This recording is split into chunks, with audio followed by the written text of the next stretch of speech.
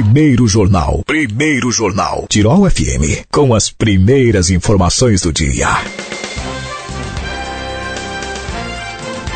Hoje, terça-feira, dia 15 de outubro de 2024, dia do professor. E nós não podíamos deixar passar essa data em branco e não convidar uma professora para conversar com a gente no nosso espaço de entrevista. E hoje eu recebo a professora Márcia Schidamini Horst. Bom dia, tudo bem? Bom dia, Jonathan, tudo bem? Tudo bem, tudo certo. Hoje, primeiramente, parabenizar você pelo seu dia, né? E você estando aqui, também a todos os professores, né, que ensinam, que educam os alunos, enfim, né, que mostram um pouco do seu trabalho também para as pessoas. Começando um pouco falando da tua história, Márcia, como é que começou essa vontade de ser professora? Quantos anos você já leciona? Bom, eu sou professora há quase 24 anos. Dia 8 de junho eu faço 24 anos de magistério, né? E nós costumamos brincar que desde criança a gente vê uma professora incutida dentro das crianças, né? Então eu acho que eu era professora desde os meus 6, 7 anos, quando eu dava aula para os meus bichos de pelúcia. Coisa boa. Eu acho que eu já era professora ali. Mas foi uma coisa tão natural, no encerramento do ensino médio, aqui no Gomes, escolher a pedagogia. Porque eu sempre estive muito envolvida com a escola, né? Então, eu era aquela estudante que nas férias ia arrumar a biblioteca, que estava sempre metida no Grêmio Estudantil. Então, eu sempre vivi muito a escola com um prazer muito grande. Era o meu lugar de lazer e de aprendizagem, né? Então, no momento que chegou a hora do vestibular, a escolha da pedagogia foi algo tão natural, né? Eu não podia fazer o magistério na época, porque eu precisava trabalhar durante o dia para estudar à noite. E acabei, então, optando pela Unicinos, que era onde a nossa... Era mais viável, né? 20 e tantos anos atrás, era mais viável ir para a Unicinos, até porque não tinha na Univates. Na época era FATES ainda. E estudei lá com muitos colegas daqui de Teutônia, íamos para a Unicinos. E foi uma bagagem linda, assim, de trabalho. E aí eu precisei fazer vários estágios, né? Pequenos estágios, e aí eu fui indo para escolas do município. E acontece que no final de um dos estágios, uma professora pediu para sair do IESEG, na época ainda Senec, né? Ainda cenicista, como era chamado. E a professora Andréa Valauer me convidou, então, para assumir aquela turma. Então, dia 8 de junho de 2001... eu assumi uma turma extremamente nervosa, ansiosa. E essa data que tu conta como eu conto meu início, porque foi ali que eu assumi uma professora, né, uma turma sendo uma professora regente, uma professora responsável por eles, né. Então, ali é o meu marco, eu sempre comemoro essa data com muita alegria. E dali em diante foram quase 14 anos de IESEG. Trabalhei em Westfália como professora concursada, desisti de Westfália para assumir o concurso de Teutônia e agora 9 anos, quase 10 no Colégio Teutônia. Olha só que maravilha. Quando tu assumiu lá a primeira turma, que idade era a turma do... Eu iniciei no pré. No pré. No prézinho, né? Hoje o infantil 5, né? No primeiro ano ali, comecei em junho, então assumi o pré com aquela turminha. Eu já conhecia eles porque eu tinha feito o estágio anteriormente, né? E aí, no ano seguinte, eu já assumi 2 turmas. Eu já fui para a alfabetização, primeiro ano, e de tarde o maternal. Então, a partir dali, a minha vida em sala de aula foi direto, assim, né? A gente estava conversando para os ouvintes ficarem por dentro um pouco do assunto, fora do ar, antes, sobre como é gostoso. A gente tem sempre uma professora, um professor que a gente lembra lá dos anos iniciais, né? Como no meu caso, em Colinas, eu tenho muito carinho pela professora Margit Betcher, né? Que hoje está aposentada, já fez a sua... já terminou de lecionar, mas vendo nessa parte, assim, do início lá, da primeira série, da parte de alfabetização, como é que tu vê essas crianças aprendendo, assim, vem aquela vontade, como é que é isso? O resultado do nosso trabalho é um resultado muito sutil, né? A gente vai vendo no decorrer da vida das crianças o que aparece do nosso resultado. Mas na alfabetização, eu fui alfabetizadora há quase 10 anos. E na alfabetização o resultado ele é muito visível, porque a criança começa a ler, começa a escrever. Então, a gente vê o resultado do nosso trabalho ali, naquele momento, né? E é muito lindo, porque às vezes a gente dizia para os pais, ele já lê, e o pai dizia, não, prof, não lê. Sim, mas na sala ele está lendo. Então, assim, por quê? Porque a criança também se sentia à vontade perante a professora, de errar, de tentar, de fazer de novo, né? E às vezes na frente dos pais eles querem fazer o bonito, o certo, para impressionar ou para dizer, olha, tenham orgulho de mim, né? Então a gente vive esse outro lado da aprendizagem das crianças, né? E conforme a gente vai trabalhando com anos maiores, assim, hoje eu sou professora de 4º ano no Colégio Teutônia, a gente vê os resultados depois um pouquinho mais adiante, né? Quando a gente vê eles indo bem numa UBMEP, indo bem numa avaliação diagnóstica, tendo bons resultados nas provas trimestrais dos anos seguintes, né? Ou quando a gente encontra eles fora da escola, que eles chegam pra ti te abraçando, oi, prof, aí tu olha, e aí tu diz assim, oi, mas me situa, né? Então, não lembro mais, já cresceu, né? Isso, cresceu, e aí tu escuta, não, tô fazendo isso, tô me formando nisso, vou entrar pro mestrado. Então, assim, né, estando quase 24 anos em sala de aula, eu tenho muita história, assim, os meus primeiros alunos, já formados, trabalhando, gente, donos dos seus negócios e pais, daqui a pouquinho de alunos meus, né? Verdade, é um ciclo, né? É um ciclo. É um ciclo. Como é que tu vê, Márcia, a questão da época lá, vai fazer 24 anos agora de lecionando, tu vê que percebe-se que teve muita mudança em questão de como ensinar, de como os alunos aprendem, como é que é essa questão? Acho que a mudança maior é a questão da nossa preparação, tá? Hoje nós trabalhamos muito a questão do lado emocional dos nossos alunos, né? Que antes nós não tínhamos esses estudos. Então, a grande mudança é a preparação do professor. Hoje nós estudamos muita coisa. A questão da inclusão na educação, né?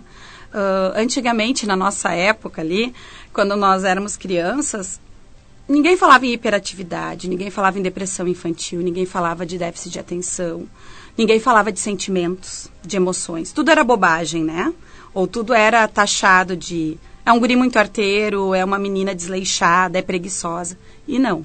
Hoje a gente tem, com o estudo, com a nossa formação, de que cada questão é uma questão a ser estudada, a ser olhada com um olhar especial, porque toda criança aprende.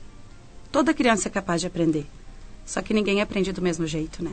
Nós somos seres diferentes.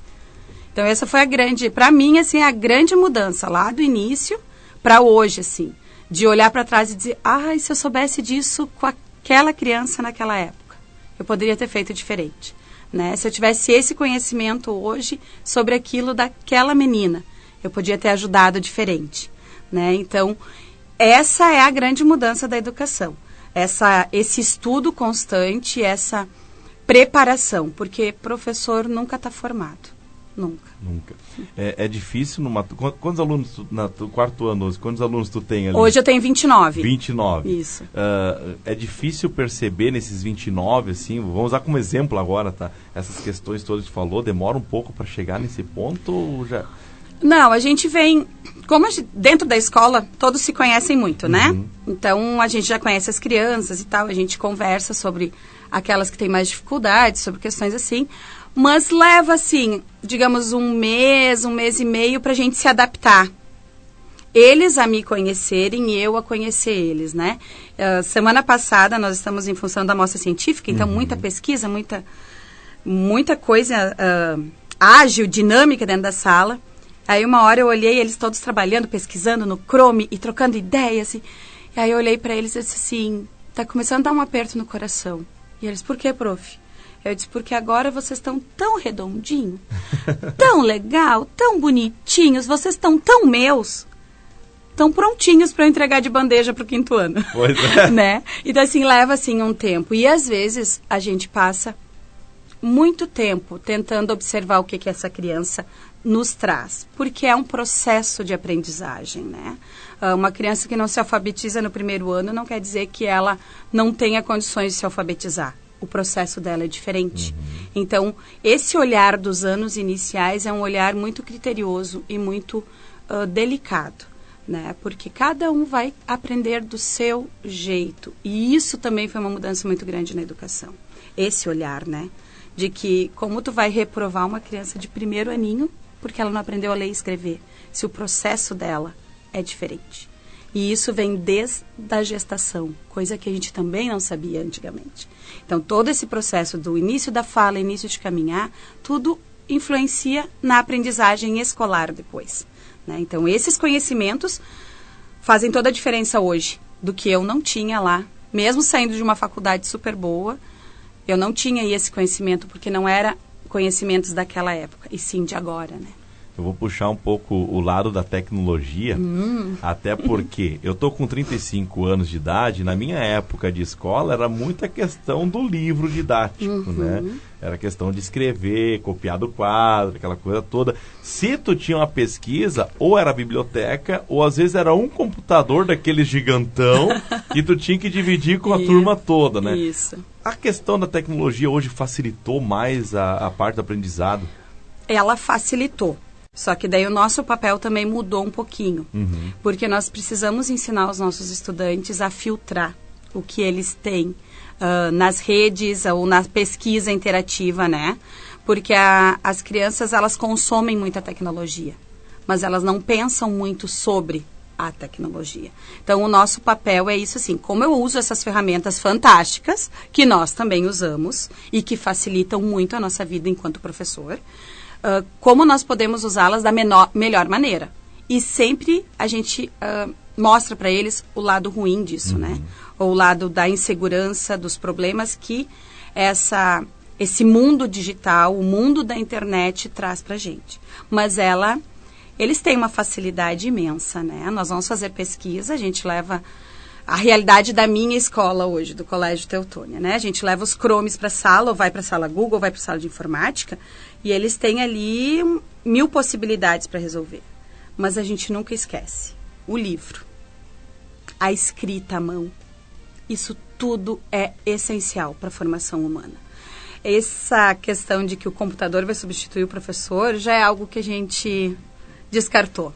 Não vai, não. Não vai. Não vai, não. A gente tem que ser aliados, né? Mas um descartar o outro... Eu acho importante essa questão também, ele comentou da escrita, do livro. A gente percebe hoje, é tudo muito fácil na palma da mão. Tu vai querer falar com alguém, tu manda uma mensagem no WhatsApp, tu escreve ali, tu acaba deixando de usar muito a mão daqui a pouco para escrever. Eu sei por mim, eu sempre brinco, a minha letra hoje, só falta o estudo para eu ser médico, porque a letra é igual. Porque a gente não pratica mais, a gente não escreve mais como escrevia, vamos dizer, há um tempo atrás, né? Pegar, fazer textos, ou pegar e escrever. Até uma carta, hoje em dia nem se manda mais carta, né? Como a gente vai analisar. E era tudo escrito à mão. Hoje essa coisa acabou ficando um pouco meio de lado também. Mas a escola, ela tem esse papel também de resgatar esses momentos, né? Eu acho que nós somos, sim... os pioneiros não, mas somos os pilares da sociedade que vão manter essas questões. Porque nós vemos a necessidade da pessoa ainda assim escrever um texto, ainda assim escrever uma carta. No colégio nós temos o projeto, o 3º ano trabalha a questão de cartas, e eles mandam cartas, e a gente trabalha com eles a espera, de esperar um recado, esperar uma carta, aquela ansiedade gostosa, né? E hoje essa geração não tem. Então, a gente demonstra para eles, a gente mostra essa possibilidade para eles vivenciarem um pouco. Mas eles não têm isso, não é deles. Porque eles nasceram numa outra época. Exatamente. Então, nós precisamos também olhar isso e compreender. E não está errado. Não está errado, só é uma época diferente, com possibilidades diferentes, né? Nós escrevíamos a carta, esperava um mês para chegar, porque era o que tínhamos. Exato. Né? Então, porque se hoje eu posso te mandar um WhatsApp e receber a mensagem instantaneamente, eu vou esperar por uma carta. Mas reviver esses momentos e mostrar essas possibilidades é sim papel também da escola, né? Para que as crianças também valorizem o que elas têm hoje, sabendo que nós vivemos no passado, porque não tem futuro se a gente esquece da onde a gente veio, né? Então, o legado que a gente traz é importante demais para o futuro das nossas crianças. Eu vou tocar num assunto agora, mais uma questão de opinião, sabe? De professora. Mas eu já ouvi isso, tá? Por isso eu vou fazer essa pergunta e pedir essa tua opinião, como é que tu vê esse cenário? Eu já ouvi isso numa reunião de escola, né? Que o pai chegou e disse, mas vocês não educam o meu filho. E um professor levantou e falou assim, meu amigo... eu fico com teu filho 4 horas por dia. Então a educação tem que vir aquela coisa mais de casa. Como é que tu vê essa relação, daqui a pouco, da família meio que cobrar o professor que não está educando o filho? Bom, isso eu acho que a gente sempre teve essas questões, assim, às vezes é um pouco de superproteção também dos pais, né? A escola, ela tá lá, todo mundo diz, a escola tá para ensinar conteúdos, para ensinar para passar no Enem, no vestibular, enfim, questão profissional, mas a escola também educa. A escola também educa.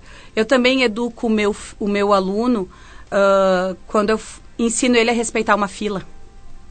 Eu também estou educando quando ele vê eu juntando um lixo do chão e colocando na lixeira. Eu estou educando pelo meu ato. Quando eu acolho ele num desespero, numa fragilidade, numa tristeza, eu estou educando também. Só que são educações diferentes, né? Porque eu ali estou no social com aquela criança, né? O pai e a mãe, ele vai passar os valores e a educação daquela família. Aquilo que eles acreditam enquanto família, os valores que eles trouxeram dos seus pais. Então, são educações diferentes. Mas a escola também educa. A gente passa 4 horas com essas crianças. O meu exemplo enquanto professora também é uma educação. Eu estou mostrando para eles o que fazer e o que não fazer, né? Mas a gente vai muito para os extremismos, né? Isso nós temos que cuidar.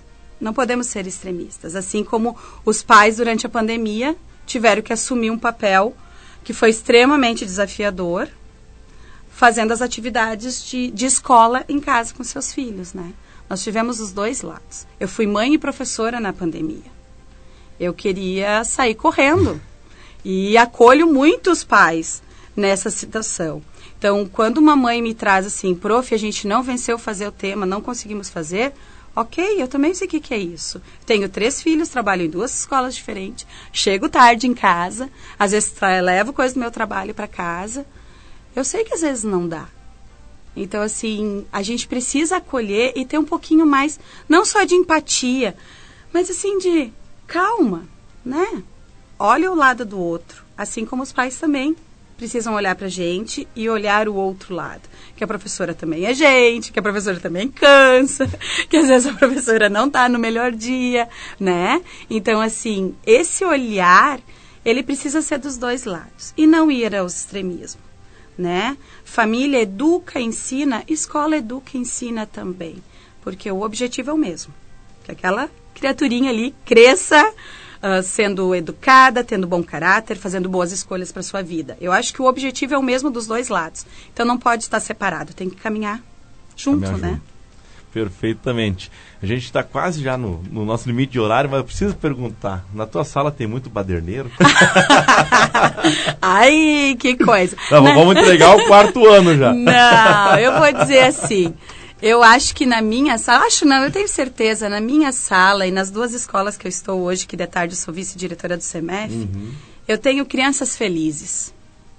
Criança feliz não é uma criança quieta, né? E eu sempre costumo dizer na primeira reunião do ano para os pais, eu trabalho com gente, eu trabalho com ser humano, eu não trabalho com tijolos, né? Se eu quisesse todo mundo quietinho, enfileiradinho, né? Trabalharia numa olaria, os tijolos saem perfeitos. Eu trabalho com gente, então criança que é feliz, que está atenta ao mundo que está vendo, que é saudável, ela vai perguntar, ela vai conversar, ela vai testar limites, né?